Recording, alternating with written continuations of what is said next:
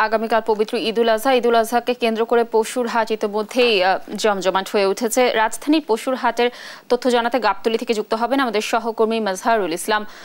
মাজহার, হাটে ক্রেতার উপস্থিতি এখন কেমন দেখছেন? শেষ দিনে কি হাটে পর্যাপ্ত পশু রয়েছে কিনা, কি বলছেন ক্রেতা বিক্রেতারা, জানাবেন।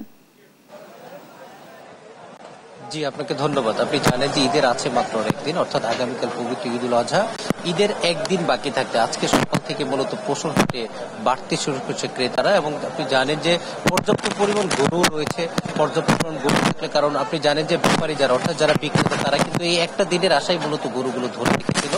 তারা আজকের দিনকে কেন্দ্র করে মূলত তাদের টার্গেট ছিল যে আজকে বেশি পরিমাণে গরু বিক্রি হবে, এবং তারই ধারাবাহিকতা আমরা সেটা দেখলাম যে হাটে কিন্তু পর্যাপ্ত পরিমাণে গরু রয়েছে। এবং এখানে আসার পর যেটা দেখতে পারলাম, মাঝারি যে গরুগুলো আছে এই গরুগুলোর মূলত চাহিদা বেশি। আমরা পশুর হাট গরু যেটা দেখলাম, অনেক গরু রয়েছে, এবং যারা গ্রাম থেকে গরু নিয়ে আসছিলেন তারা মূলত প্রথম থেকে বলে আসছিলেন সেই তুলনায় বিক্রি হচ্ছে না যত পরিমাণে গরু আছে, এবং তাদের টার্গেট ছিল মূলত আজকের দিনকে কেন্দ্র করে যে আজকে পশুর হাটে বিক্রেতা যেরকম আছে ক্রেতাও তাদের বেশি হবে। এবং এই উপলক্ষে যে তারা দেশের বিভিন্ন প্রান্ত থেকে যারা গরু কিনে নিয়ে এসেছেন তাদের আশা ছিল যে আজকে তারা গরুগুলো বিক্রি করবে। আমরা সকাল থেকে দেখতে পাচ্ছিলাম যে গরু কিন্তু কম বেশি বিক্রি হচ্ছে এবং মানুষও কিনে নিয়ে যাচ্ছে।